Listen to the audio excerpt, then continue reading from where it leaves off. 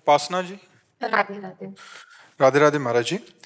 महाराज जी, मैं किसी पुराण ग्रंथ को पढ़ती हूँ, भगवान की किसी भी मूर्ति को देखती हूँ तो मुझे रोना आता है। महाराज जी, मुर्दे को देखकर एक अपनापन सा महसूस होता है। शमशान घाट में बैठना पसंद है, ऐसा लगता है वहां की ऊर्जा मुझे अपनी तरफ खींचती है। महाराज जी, मैं क्या सही हूँ या गलत?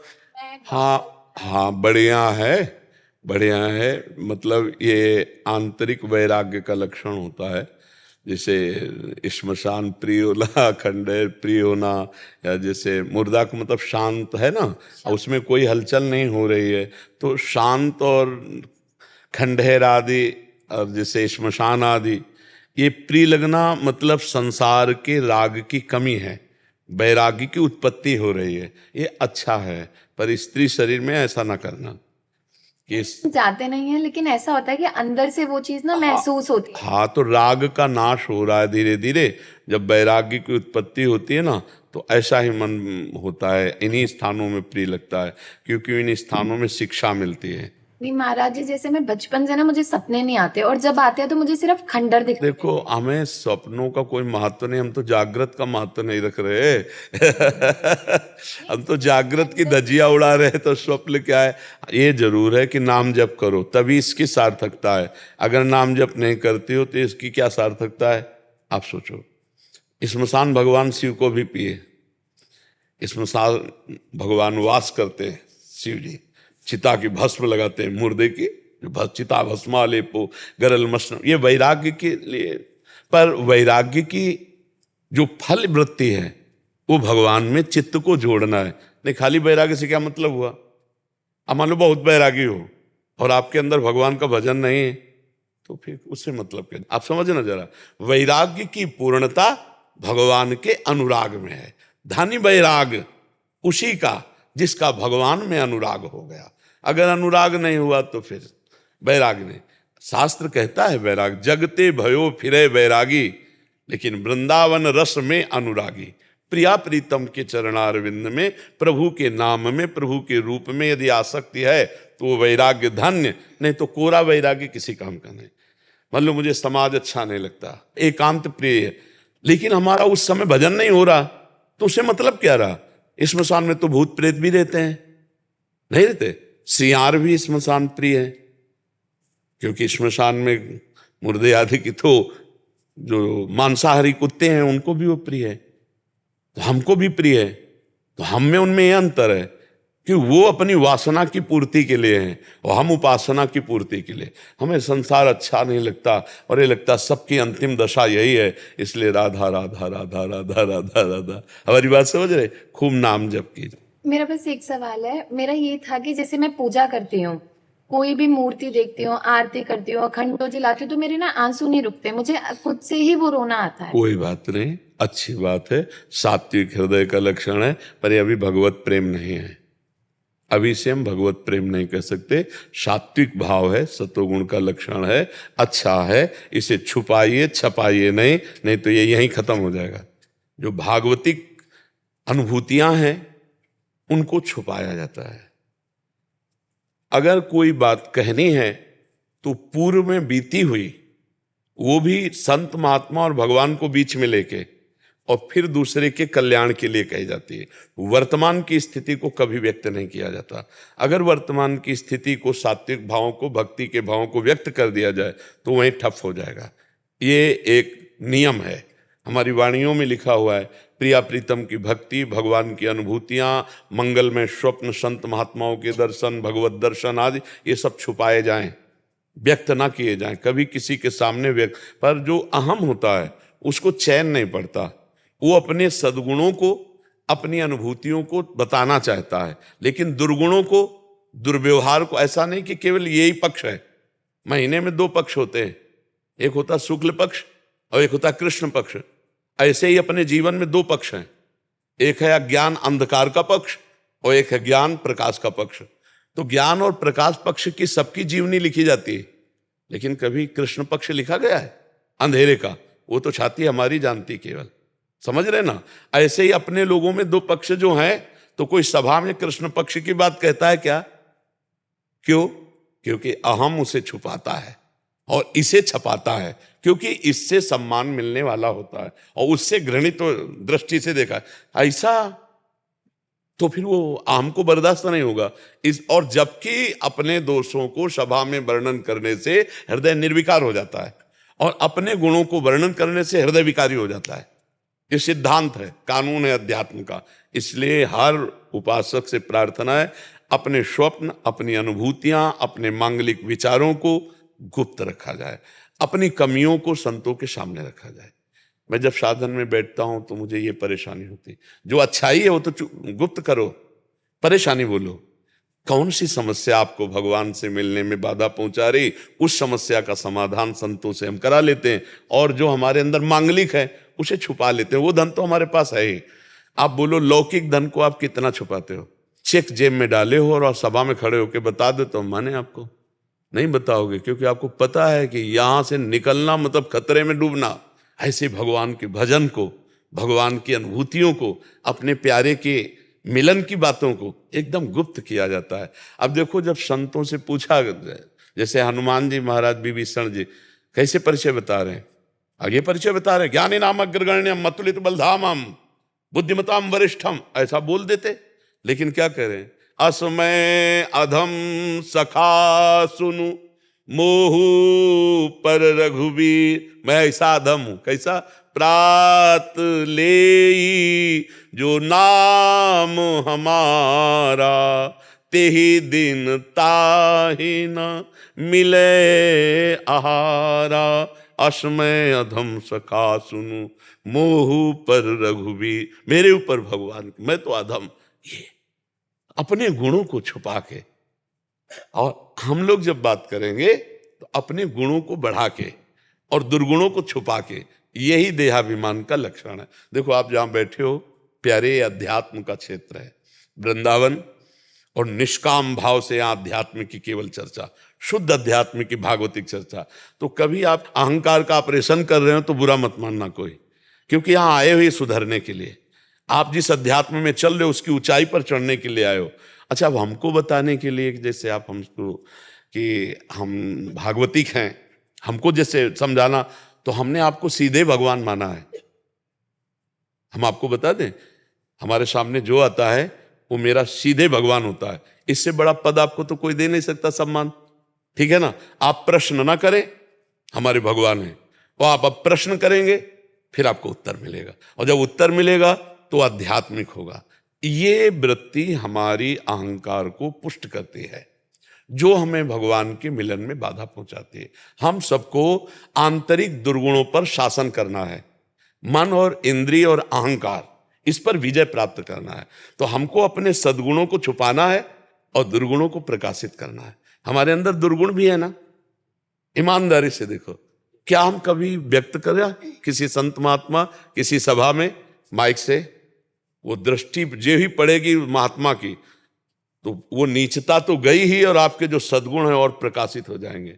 और जब हम अपने सद्गुण, तो उनकी दृष्टि वहां पड़ती है कि देखो देखो, ये समझ नहीं रहा, जो कुछ भगवत प्रसाद से अच्छाई मिली उसको खो रहा है और बुराई को बढ़ावा दे रहा है। क्योंकि अहम जितना बढ़ेगा उतने बुराई जागृत हो जाएगी।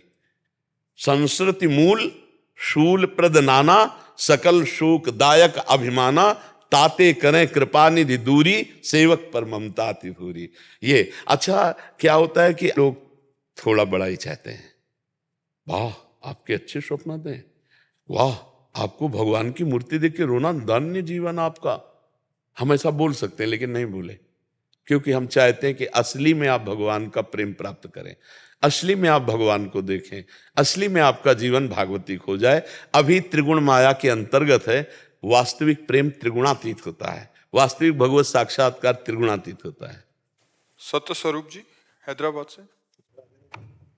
गुरुदेव, आपके चरणों में कोटि कोटि प्रणाम। महाराज जी, मेरा प्रश्न है कि क्या सीताराम और राधा कृष्ण एक ही स्वरूप हैं? यदि मैं राम जी का नाम जपना चाहूं और राधा नाम भी जप करता हूं, तो क्या दोनों नामों से समान कृपा प्राप्त होगी?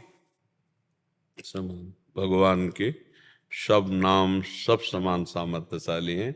जहाँ हमारा विशेष भाव लग जाए उसी नाम को खूब जप करें। जिस नाम में भाव, कभी मन आवे राम राम जपो, कभी मन आवे राधा राधा जपो, कभी मन आवे शिव शिव जपो। फिर आगे जब प्रेम हो जाता है तब फिर वो रुचि ही नहीं रहती, फिर तो एक नाम बस वही श्वासों में रम जाता है, फिर ये नहीं रहता।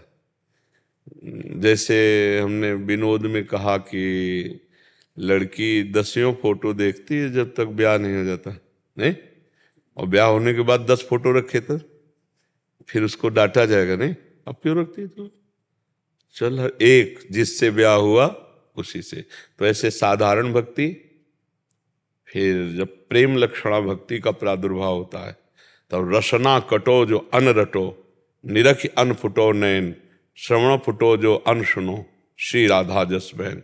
मेरी जबान कट जाए जो मैं राधा के सिवा बोलूं, मेरे नेत्र फूट जाएं जो प्रिया प्रीतम के सिवा और कुछ देखो, मेरे कान फूट जाएं जो प्रिया प्रीतम के सिवा। वो एक प्रेम, एक अनन्यता, जैसे तुलसीदास जी कह रहे हैं, एक भरोसो एक बल एक आस विश्वास, एक राम घनश्याम हित चातक तुलसीदास। बने तो रघुवरते बने, बिगड़े तो भरपूर, तुलसी और अंते बने ता बनबे पे धूर। पूर्ण अनन्यता, पूर्ण समर्पण। प्यार में अनन्यता होती है, पर जब तक प्रेम नहीं होता तब तक हमको अपने मन से संसार का चिंतन हटाना है। मन कह रहा शिव शिव तो शिव शिव शिव, क्योंकि शिव भी वही है, राम भी वही है, कृष्ण भी वही है।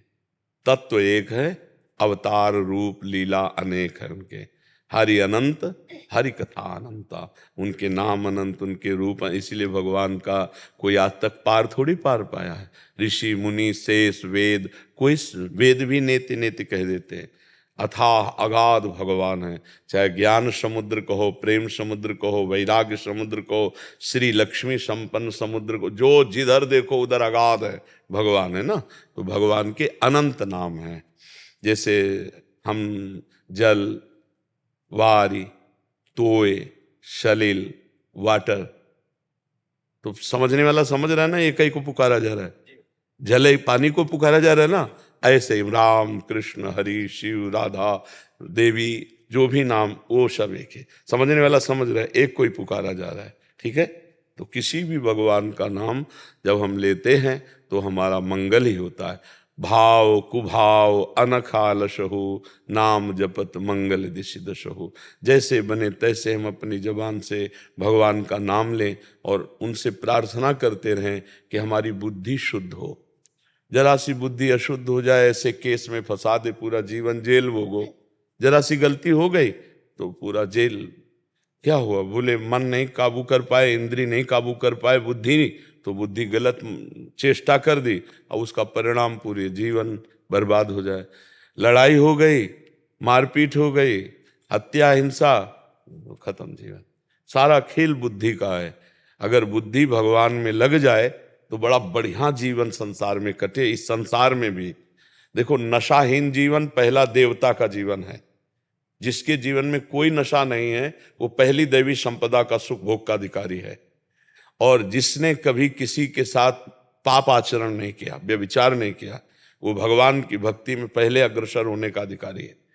जो पाणी ग्रहण के पहले कभी वीर्य नष्ट नहीं किया और पाणी ग्रहण पर अपनी पत्नी में केवल संयम से वो भगवत प्राप्ति के लिए पहला सोपान चढ़ चुका है।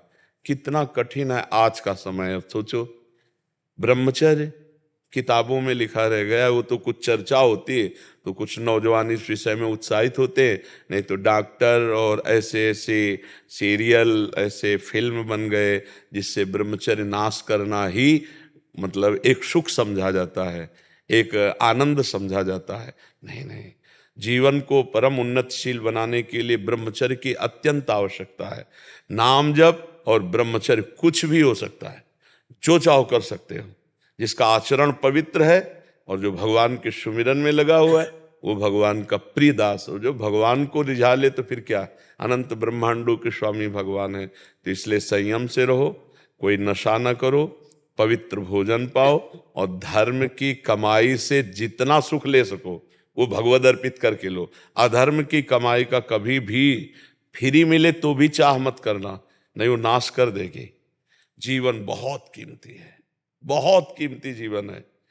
आप सोचो तुम्हारा जीवन कितनी कीमती। एक आदमी 50 वर्ष बहुत संपत्ति कमाता है, अब उसका अंतिम समय है अगर वो कहे कि 50 वर्ष की श्वासें जो हमने व्यतीत की संपत्ति ले लो, 50 वर्ष की श्वासों से कमाई हुई संपत्ति जो है उसे ले लो और 5 श्वासें और बढ़ा दो, तो बढ़ाएगा भगवान? बढ़ाएंगे नहीं। मतलब तुम्हारी श्वासें कितनी कीमती हैं। अरे इन श्वासों से राम बोलो, हरि बोलो, कृष्ण बोलो, राधा बोलो, और जीवन आनंद के लिए, तो धर्म में जीवन को व्यतीत करो तो आनंद प्राप्त होगा। सच्ची मानिएगा, आनंद आपके अंदर बाहर नहीं है, आपका स्वरूप है आनंद में।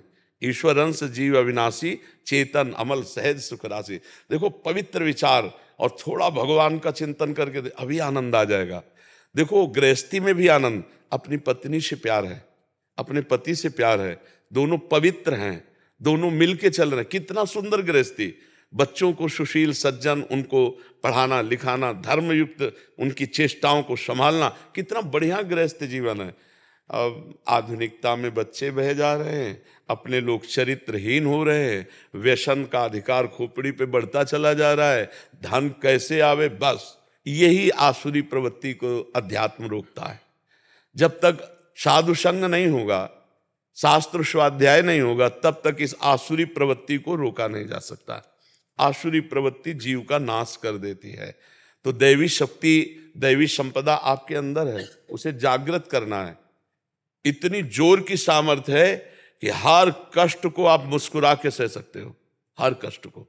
तब लगी कुशल न जीव को, गोस्वामी तुलसीदास जी कह रहे, तब लगी कुशल न जीव को, सपने हो मन विश्राम। स्वप्न में भी शांति नहीं मिल सकती। जब लगी भजत न राम को, शोक धाम तज काम। भगवान का भजन हो रहा है, आप गरीब आदमी हो तो आपके हृदय में एक शीतलता रहेगी, एक शांति रहेगी। भगवान का भजन नहीं, खूब धन है, खूब बेईमानी से, एक अशांति, एक हाहाकार मचा रहेगा। वो फिर परिणाम में भी हाहाकार ही होगा। मरोगे तो बैंक बैलेंस तो यहीं रह जाएगा ना, चाहे जितने अरब जमा कर लो। परिवार, सुख सामग्री, मित्र, दोस्त सब यहीं रह जाएंगे। आपका कर्म आपको किसी भी योनि में शांति नहीं देने देगा। अगर राम राम, हरि हरि, राधा राधा, कभी किसी का बुरा नहीं किया, धर्म से चल रहे हो, तो यहाँ भी शांति सुख और परलोक में भी शांति सुख। इसलिए भगवान का नाम सबको जपना चाहिए। दवा मान के जपो यार। 24 घंटे में 24 मिनट मुझे दे दो अपने कल्याण के लिए। एकांत में 24 मिनट बैठ कर राधा राधा राधा, घड़ी से देख के राधा राधा राधा, 24 मिनट नाम जप करोगे, ठेका लेते हैं, इह परलोक सकल सुख पावत, मेरी सो भैया कृष्ण गुण सन। यहां भी हर समस्या का समाधान हो। पर ऐसा नहीं कि आज जपे हो चेक आ गई करोड़ों की नहीं आए, आप ऐसे मनाओ। खेती भी किसान 6 महीना लगता है, नहीं लगता? तो ऐसे ही आप धैर्य पूर्वक नाम जप कीजिए। नाम पहले आपके पाप को मिटाएगा, फिर आपकी पाप की प्रवृत्ति को मिटाएगा, और फिर आगे जो सुख देगा वो निहाल कर देगा। ये हम अपने जीवन की बात आपको कह रहे हैं, संतों के अनुभव की बात कह रहे हैं, शास्त्र सम्मत। अगर भगवान से नहीं जुड़े तो तुम्हें कोई बचा नहीं सकता। ऐसी ऐसी अशांतियां हैं, ऐसे मेड़ है खेत की, वो वही है, जरा सा एक ने फावड़े से काट ली, ऐसे इतनी काटी होगी या इतनी काटी होगी, उसमें कितना गेहूं या वो कोई दाना पैदा हो जाएगा। 20 उधर के 20 इधर की लाठी चली, 4-5 उधर ढंगे, 4-5 इधर मरे। खेत वही है, मेड़ वही है, नुकसान कुछ नहीं, मर गए 10। क्या है? बुद्धि भगवान से नहीं जुड़ी। नहीं भाई, प्रार्थना कर दे, आप खेत क्यों का मेड़ क्यों काट रहे हैं? बोले काटेंगे, काट लो भैया। आखिरकार पूरी मेड़ तो काट नहीं सकता, क्योंकि उसको भी पानी लगाना है। वो बहुत एक बीता काटेगा, मेड़ इतनी मोटी होती है। कोई बात नहीं, धैर्य रखो, देने आ रहा। और धैर्य नहीं रखा, लड़ाई। भगवान मन कह रहे थे कौरवों से, दे दो राज्य, आपने 12 वर्ष का वनवास, 1 वर्ष का अज्ञातवास कहा था, उन्होंने निभा दिया। कहा नहीं देंगे। कहा आधा राज्य दे दो, बोले नहीं देंगे। 5 गांव दे दो। दे देते तो कौरव पूरे सुरक्षित बचते ला। नहीं माने भगवान की बात तो विनाश हो गया, कौरव का विनाश हो गया। के लिए 11 क्षोणी सेना थी, सब काट के फेंकवा दी भगवान ने। बुद्धि, अरे जब 5 गांव में राजी है तो दे देते यार। 5 गांव में भगवान कह रहे थे तो पांडव तो फिर युद्ध करते नहीं ना। तो भगवान आखिरी चांस जीव का देते हैं, पर बुद्धि भगवान की बात नहीं मानती। हृदय में भगवान बोलते हैं, सलाह देते हैं। आप सब देखना, सबके हृदय में भगवान सलाह देते हैं। कोई भी कार्य हो, आप 1 मिनट रुको और अंदर से पूछो तो आपको उत्तर आ जाएगा, सही है, गलत है। पर अंदर वाली बात सुनना बहुत धीमी होगी और ऊपर से मन बोलेगा करो, तो मन वाली एकदम ऊपर वाली बात होगी, और जो गंभीरता से धीमी आवाज आवे तुम्हारे विरुद्ध, वो भगवान की आवाज होगी। और भगवान की आवाज जल्दी कोई सुनता है पर मानता नहीं है, और मान ले तो महापुरुष हो जाए। भगवान सबको सलाह देते हैं, इसीलिए भगवान में चित्त को जोड़ो, नाम जप करो, अधर्म की कमाई से ऐसे बचो जैसे विष से बचा जाता है, और धर्मयुक्त मेहनत की कमाई को भी धर्मयुक्त कुछ भाग धर्म में लगा के परिवार का पोषण, अभी आनंद आ जाएगा। पर लोगों की समझ में नहीं आ रहा, तो ये मनुष्य शरीर मौज लेने के लिए नहीं है, परमानंद लेने के लिए है। मौज भोगों में मौज किसमें, कहाँ?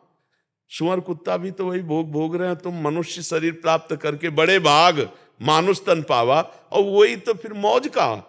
मौज तो ये है कि सामने तुम्हारे परमात्मा विराजमान है और आप चिंतन करते हुए अपने कार्य में रत हो, ये सबसे बढ़िया मौज। देखो ना, हर जन्म में यार सब करके देख लिया, इस जन्म में थोड़ा भगवान से प्यार करके देखो, थोड़ा भजन करके देख लो, थोड़े अच्छे आचरण करके देखो, आपको शांति मिल जाएगी। जो शांति रुपये में नहीं है, जो शांति ब्रह्मा पद में नहीं है, वो शांति भगवान के भजन में है।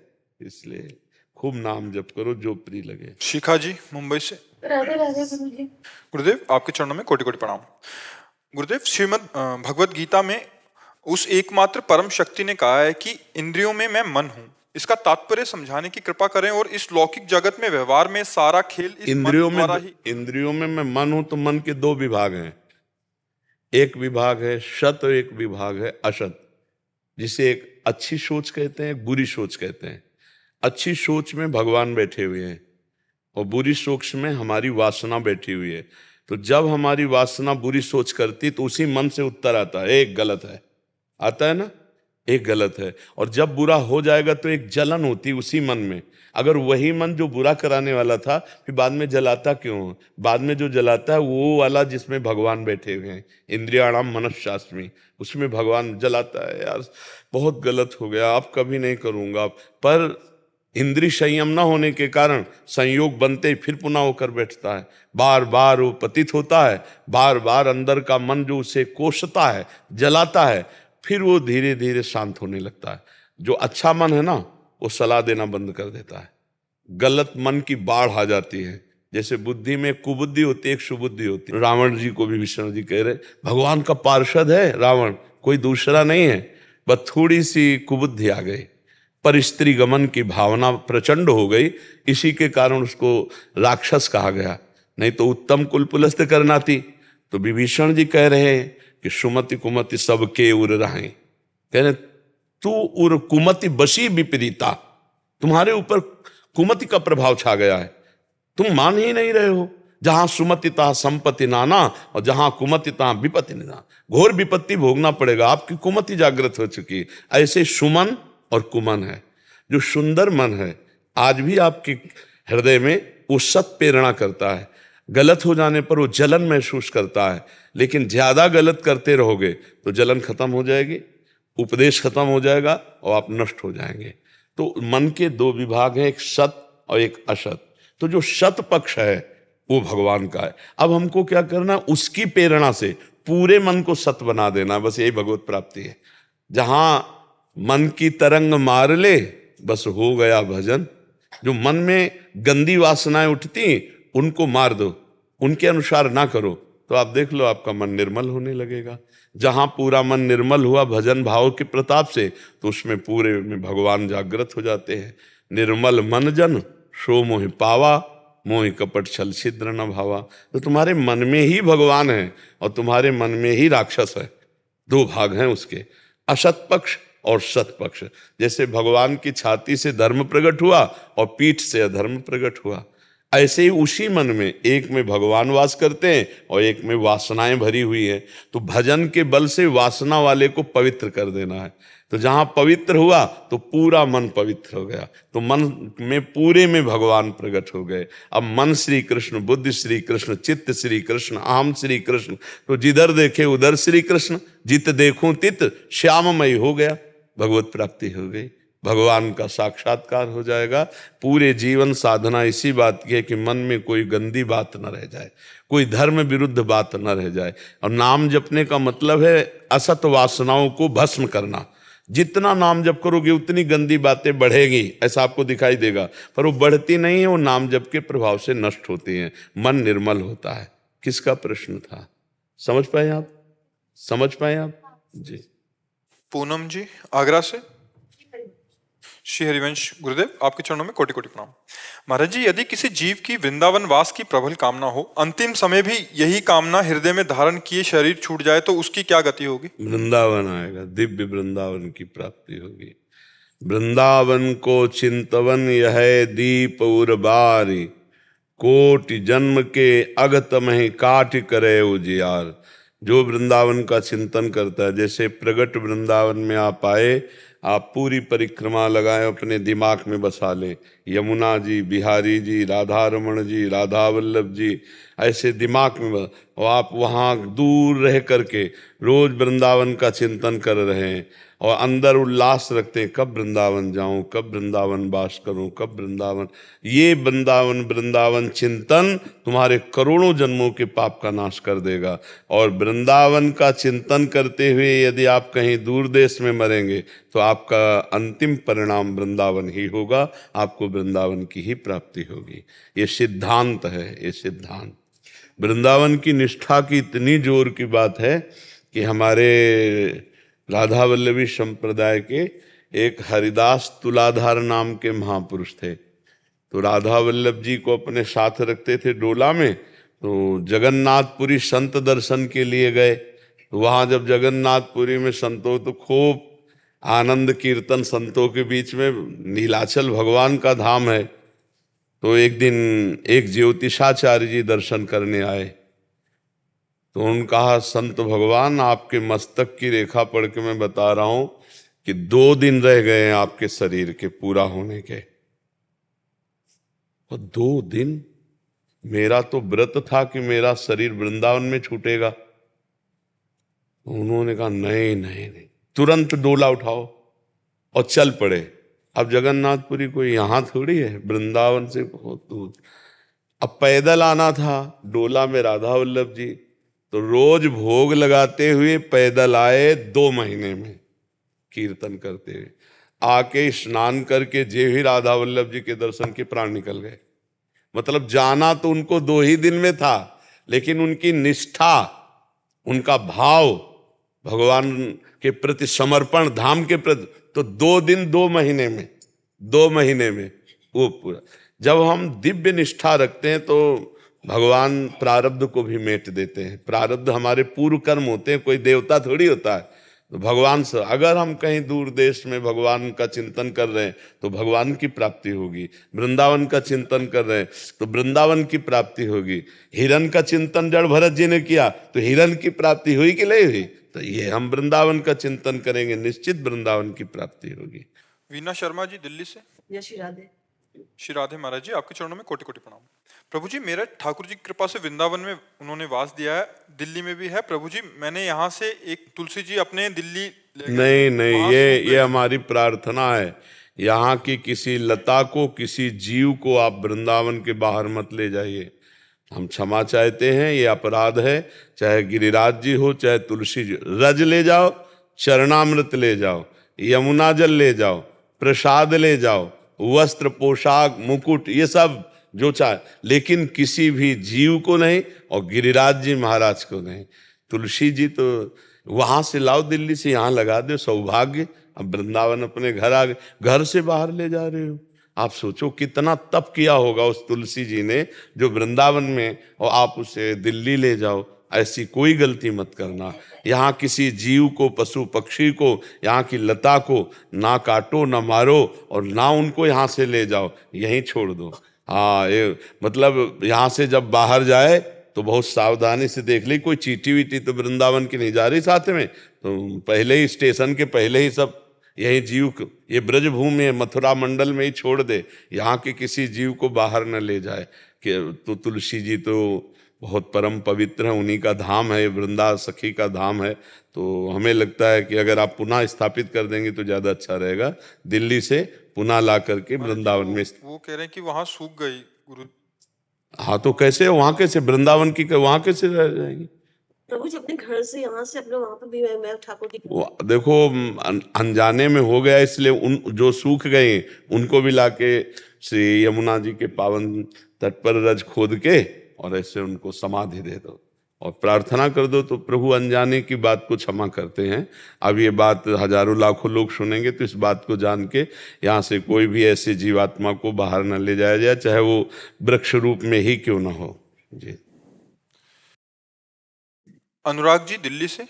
राधे राधे। राधे राधे महाराज जी। महाराज जी जय श्री राम। आपसे भक्ति के मार्ग पर दृढ़ता से चलने की प्रेरणा मिली, इसके लिए आपका हृदय से धन्यवाद। महाराज जी पर त्रिय लंपट कपट सयाने मोह द्रोह ममता लिपटाने तेई अभेदवादी ज्ञानी नर देखा मैं चरित्र कलयुग का। महाराज जी क्या इसमें तुलसीदास जी ने अद्वैत विचारधारा का विरोध किया है? नहीं, आंतरिक भाव क्या है? नहीं नहीं नहीं नहीं विरोध नहीं किया, जो दिखाई दे रहा है। बात करे ब्रह्म ज्ञान की और परिस्त्री गमन करे, दूसरे के धन की चाह रखे, मान सम्मान की चाह रखे और भेद रखे अंदर से, क्या ज्ञान? आगे एक जगह कहा ब्रह्म ज्ञान बिन नारी नर करे न दूसरी बात, कौड़ी लागी लोभवश करें विप्र गुरु घात। कभी वेदांत का विरोध नहीं, लेकिन वेदांत की आड़ में पाखंड का विरोध कर रहे हैं। आज देखो आंख खोलकर, तुम्हारे आंख हो तो खोल कर देखो, सैकड़ों हजारों लाखों जगह प्रवचन हो रहा है ना। उद्देश्य क्या है? वेदांत, जहां ब्रह्म सत्यम जगन मिथ्या। तो बात करो आप पीएचडी के आता का कहा ना हो तो फिर क्या कहा जाएगा? पाखंडे तो कहा जाएगा, दम्भे तो कहा जाएगा। तो गोस्वामी जी बहुत विज्ञ महापुरुष है, बहुत विज्ञ महापुरुष है। वो देख के कह रहे हैं, वो ब्रह्म ज्ञान का विरोध नहीं कर रहे। ब्रह्म ज्ञान की आड़ में, भक्ति की आड़ में, धर्म की आड़ में, प्रवचन की आड़ में जो वासनाओं का खेल खेला जाता है उसकी निंदा कर रहे हैं। ऐसे तो बहुत महापुरुषों ने निंदा की है। भगवत रसिक जी ने कहा वेशधारी हरि के उर्शालें, जो वेश बना लिए और भगवान के मार्ग की सच्चाई से वृत्ति नहीं धारण करते, गंदे आचरण करते घूमते वेश, तो महापुरुष जो है दिव्य दृष्टि से देख के पहले लिख दिए। तो उनमें विरोध की भावना अगर देखो तो पहले रामचरितमानस को पढ़ो तो जड़ चेतन जग जीव जत सकल राम मैं जानी, बंदों सबके पद कमल सदा जोरी जुग पानी। कहीं विरोध है बच्चा? जड़ चेतन सबको प्रणाम कर रहे हैं गोस्वामी जी। फिर कहे सीय राम मैं सब जग जानी, करूं प्रणाम जोरी जुग पानी। किसी का विरोध कर रहे बच्चा? अब बात है जब आचरण विरोध की बात, तब आचरण की बात करते हैं। ऐसे तो सबको प्रणाम करके सीय राम में मान रहे हैं, नहीं मान रहे हैं। जब सिद्धांत की बात करते हैं तब ये बात आती है। अब गुरुजन नहीं डांटेंगे तो और कौन डांटेगा? अब विचार करके बताओ, अगर इतने बड़े बड़े महापुरुष जन हमको सही मार्ग नहीं बताएंगे तो हम मनमानी मार्ग में भगवान को थोड़ी प्राप्त कर पाएंगे। तो आप समझ पा रहे हैं, तुलसीदास जी विरोध नहीं कर रहे, तुलसीदास जी असलियत बता रहे कि बात करो कि मैं स्थूल शरीर नहीं, सूक्ष्म शरीर नहीं, कारण शरीर नहीं, मैं ब्रह्म, और खेल खेलो वासना। तो क्या तमाशा है? ये नाटक ही तो हुआ, दम्भ ही तो हुआ, पाखंड ही तो हुआ। वही बात वो कह रहे हैं। ठीक है। अलका शर्मा जी राजस्थान से। राधा वल्लभ श्री हरिवंश। श्री हरिवंश महाराज जी। महाराज जी गांव गांव शहर शहर कथा सुनाते हैं। महाराज जी कई माताएं ये सुनाते हैं, कई माताएं बहनें हमसे गुरु दीक्षा की याचना करती हैं, तो हम ये निर्णय नहीं ले पाते कि उन्हें हम गुरु मंत्र या गुरु दीक्षा दें या नहीं। महाराज जी इस पर पहली बात तो किसका? आपका। आपके गुरु जी आपको आज्ञा दे दें कि आप दीक्षा दो, क्योंकि आपके पास जो मंत्र है वो आपका तो नहीं ना, आपके गुरुजी के द्वारा दिया हुआ है। और गुरुजी आज्ञा दे दें तो फिर गुरुजी संभालेंगे। गुरु सर्व समर्थ पर ब्रह्म परमात्मा है, वो संभालेंगे। तो इसमें दूसरे की किसी की सलाह की जरूरत नहीं, इसमें गुरुदेव की आज्ञा की जरूरत है। आप अपने गुरुदेव से निवेदन कीजिए, वो यदि आज्ञा दे देते हैं तो भार वो संभालेंगे। भाई इंजन है गुरुदेव और शिष्य है डिब्बा। अगर डिब्बा का ठीक कनेक्शन इंजन से है तो इंजन में 2 ही 4 लोग होते हैं, और डिब्बा में 100 हो जाए तो वहीं पहुंचेंगे जहां इंजन पहुंचता नहीं पहुंचता है। और अगर कनेक्शन हट जाए तो डिब्बा में फिर 1 कदम चलने की सामर्थ नहीं है कि नहीं। तो हमारे इंजन है गुरुदेव, तो गुरुदेव से अनुमति लेने का मतलब कनेक्शन फिट। अब तुम चाहे जितने डिब्बा में बैठा लो पहुंचा वहीं देंगे। हाँ। Neeraj Sharma ji, lieutenant colonel. राधा वल्लभ श्री हरिवंश श्री वृंदावन। महाराज जी, मैं भारतीय सेना में प्रशिक्षण केंद्र में अभी पोस्टेड हूँ। महाराज जी, आपके चरणों में कोटि कोटि प्रणाम। गुरुदेव, आपने इतना कठोर जीवन जीकर, अनेक कष्ट पाकर, अद्वितीय साधना करके जो अध्यात्म का सार और निष्कर्ष निकाला, वह बहुत ही सरल भाव से मेरे जैसे लाखों अज्ञानियों को प्रदान किया, जिसके लिए हम सदैव आपके ऋणी रहेंगे। हालांकि हमें सामर्थ्य तो नहीं, लेकिन गुरु शिष्य परंपरा के अनुसार हम आपको क्या गुरु दक्षिणा दे सकते हैं? बस आप स्वस्थ रहो, सुखी रहो और प्रसन्न मन से अपनी राष्ट्र सेवा को करो, और बीच बीच में भगवान का स्मरण कर लो, जिससे आपका परम मंगल हो जाए। यही हमारी भेंट है और यही हमारी मेहनत की सफलता है। आप सुखी रहो, हमारी समाज सुखी रहे, समाज से भ्रष्टाचार हटे, अधर्म बुद्धि हटे, व्यसन बुद्धि हटे, पाप बुद्धि हटे। यही हमारा प्रयास है। सफलता तो भगवान के हाथ में है, प्रयास हमारा, जीव प्रयास कर सकता है। परिणाम तो कर्मण्येवाधिकारस्ते मा फलेषु कदाचन। परिणाम तो भगवान के हाथ में, और मुझे बड़ा अच्छा परिणाम दिखाई दे रहा है। हजारों हमारे नौजवान भाई सुधर रहे हैं, सतमार्ग में चल रहे हैं। तो मुझे इस बात से बहुत सुख होता है जब हमारे भाईजन कहते हैं कि हमने व्यसन छोड़ दिया, गंदी बातें छोड़ रहे हैं, हम नाम जप कर रहे हैं, हम अपने देश के लिए, अपने समाज के लिए सुधार, तो हमें बहुत अच्छा, यही हमारी भेंट है, यही हमारे जीवन की सफलता है। और जो जीवन हमारा रहा उसको हम स्वयं नहीं जी पाए, हमको घसीटा गया है, प्रतिपल घसीटा गया है। जो चढ़ाई हम कभी चढ़ नहीं सकते थे वो चढ़ाई गई है। जैसे हमको कोई घसीट रहा हो, आगे बढ़ा रहा हो, कहीं रुकने नहीं दिया, थकने नहीं दिया, निराश नहीं होने दिया। और भगवान कृपा करके जो अध्यात्म में जहाँ स्थित करना वो स्थित किए, वही संभाल रहे, वही चला रहे। नहीं तो जीवन में हमने किसी को साथी नहीं चुना भगवान के सिवा। जैसे कभी कोई सत्संग हो रहा है, कभी कोई प्रवचन हो रहा है, तो दूर खड़े होकर सुना, अगर लगा कि दम भगे, अपने दिमाग को कभी किसी के अधीन नहीं होने दिया। वो भगवान ऐसा रखे ना, बस जो लगन लगी उस लगन में भगवान ने अगन लगा दी, और वो आग हमको आगे बढ़ाती रही जहाँ कहीं विश्राम नहीं मिला।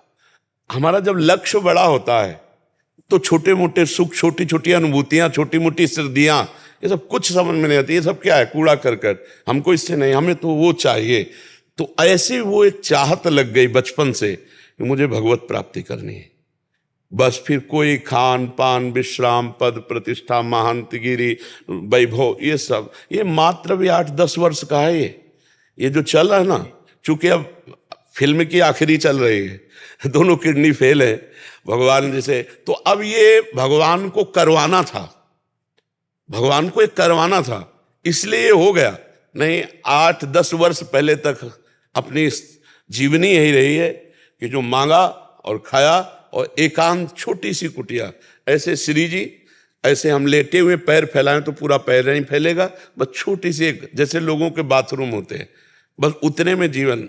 हवा है, तिनका रास्ते में पैरों के नीचे कुचला जा रहा था, वायु ने संग दिया और आकाश में उड़ा दिया। गगन चढ़े रज पवन प्रसंगा, बन गया, उनका खेल है।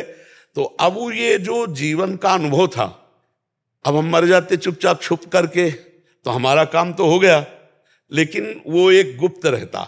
तो भगवान को अपने समाज को दिलवाना था, इसलिए प्रभाव प्रकाशित कर दिया।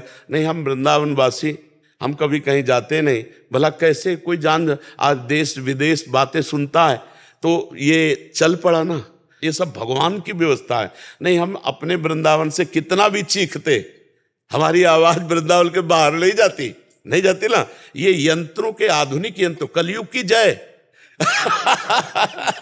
नहीं, कलयुग की जय। जो मतलब आप लाइव देख सकते हैं, अगर ये लाइव लगा दिया जाए तो अमेरिका से लाइव देख सकते हैं कि वृंदावन के इस छोटी सी जगह में क्या हो रहा है। तो भगवान की कृपा से होना था इसलिए हो गया, नहीं हम योग्य भी नहीं है। भला किडनी फेल, कक्षा 9 पढ़े, गंगा किनारे जीवन व्यतीत करने वाले, कोई हम व्याकरण पढ़े होते, कोई बहुत बड़े विद्यालय में जाके ट्रेनिंग ली होती कि कैसे बोलना है, क्या बोलना है, कुछ समझ, ये सब पढ़े लिखे वाली बातें नहीं है, ये भगवत प्रदत्त बात है। भगवत प्रदत्त से ही कल्याण हो रहा है। जो आज परिवर्तन हो रहा है उन्हीं की नजर से हो रहा है। मूकम करोति वाचालम पंगुम लंघयते गिरिम यत् कृपातम हम वंदे परमानंद माधव। वही हरि कृपालु कि जाते जाते जो अंदर है वो समाज को दे जाओ, इसलिए प्रकाशित हो। नहीं भला एक छोटे से कमरे में यहाँ बैठकर भारत में, विश्व में कैसे बात फैल जाती। बात उनको फैलाना है, नहीं उनको अपनी बात दिलवानी, इसलिए वो कर देते हैं। वो चाहे तो मूर्ख को ब्रह्मा बना करके बैठाल दे और वो चाहे तो ब्रह्मा को मूर्ख कर दे। ऐसे सामर्थ्यशाली भगवान है, तो उन्हीं का कृपा प्रसाद है। पायल सिंह जी सूरत से। राधे राधे। श्री हरिवंश गुरुदेव, राधे राधे। महाराज जी आपके चरणों में कोटि कोटि प्रणाम। महाराज जी इस संसार रूपी खेल के विजेता परम शक्ति श्री सदगुरुदेव जी, क्या हम आपको इस लौकिक जीवन की इस दिव्य आध्यात्मिक यात्रा को आपके पूर्व कर्मों के प्रारब्ध का हिस्सा माने या इसे आपके नवीन कर्म रूपी पुरुषार्थ का प्रमाण माने? हमसे पूछ रहे हैं, आप बता रहे हैं। पूछ रहे गुरु जी। हम तो एक शब्द बच्चा कहते हैं, कृपा। कृपा, केवल कृपा, भगवान की कृपा। उन्होंने बचपन से ऐसी हमारे अंदर प्रेरणा की, उन्होंने हमें निकाला संसार से, हमें संभाला, न कहीं फंसने दिया न कहीं गिरने दिया, और आज जीवन की यात्रा में जहाँ तक पहुँचाया उन्होंने पहुँचाया। ना इसमें मेरा नवीन कर्म है, ना इसमें मेरा प्रारब्ध है, इसमें केवल भगवान की कृपा। जो हमने देखा, अब इसके बाद भगवान जाने। हमने जो देखा कि कई बार कहा है कि जैसे एक सूखा तिनका रास्ते में पड़ा हुआ है, सबके पैरों के नीचे दबता है, लेकिन जब वायु का संयोग मिल गया तो आकाश में उड़ चला। भला उस सूखे तिनके में क्या सामर्थ्य थी कि वो आकाश की ऊंचाई को छूता? वो तो वायु की कृपा हुई कि वायु के संग से, तो भगवान का अनुग्रह, भगवान की कृपा जीव को सतमार्ग में लाती है, पुष्ट करती है और सत्य की प्राप्ति भी करा देती है। तो तुम्हारी कृपा तुम्हें रघुनंदन, जानहि भगति भगत और चंदन। बस ये प्रसंग ऐसा है कि इस विषय में भगवान की कृपा के लोग अनंत माताओं जैसा दुलार करते हुए अगर वो ना लाते तो हमारी सामर्थ्य कहाँ थी कि हम इस मार्ग में चल पाएं। क्योंकि हर कदम शूल है, पर उनकी कृपा से वो शूल भी फूल बन जाता है। हर कदम कैसे, अब बाल्यावस्था से अभी तक पूरे जीवन की एक यात्रा है जिसमें देखा है कि जहाँ केवल प्रभु, केवल उनका सहयोग, वही हाथ पकड़कर चला रहे हैं। अब जीवन की यात्रा पूर्णता की तरफ जा रही, तो उनका था कुछ कि अपने हृदय की बात 4 लोगों के कान में पहुंच जाए, उनका मंगल हो जाए। इसलिए घर बैठे पूरी हर जगह बात पहुंचा रहे हैं, वही तो पहुंचा रहे हैं। नहीं तो हम तो कभी जिंदगी में वृंदावन के बाहर जाते नहीं, तो हमारी बात कैसे पहुंच जाती? वही पहुंचा रहे हैं, यंत्र रूप बन गया साधन, पूरे विश्व में बात पहुंच रही। सारा खेल प्रभु का है, वो करें करावें आप सब, जने बढ़ाई दे। बिल्कुल बिल्कुल, हमने अपने बचपन से अभी तक देखा ऐसे घसीटा गया, भगवान ने मुझे घसीटा नहीं। हमारे अंदर एक प्रश्न आता, जब स्कूल से आते, माँ पिता भाई सबको देख के ये सब मरेंगे, ये किसने दिया प्रश्न? ये सब मरेंगे, मरेंगे तो प्यार किससे करें? कोई तो अपना होना चाहिए। बस इस प्रश्न को ढूंढते ढूंढते गांव में एक श्रीमद् भागवत हुई। भागवत में जब सुना तब निकला इसका कि अपने तो भगवान है, दूसरा कोई, तो बस लगा भगवान की प्राप्ति करने। 9th साइंस साइड पढ़ करके भाग पड़े।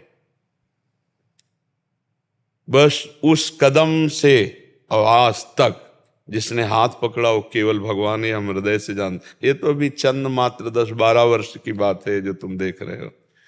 वो भी भगवान ये लीला करनी थी उनके, इसलिए ये सब प्रकाशित हो गया, नहीं हमारी इच्छा नहीं थी।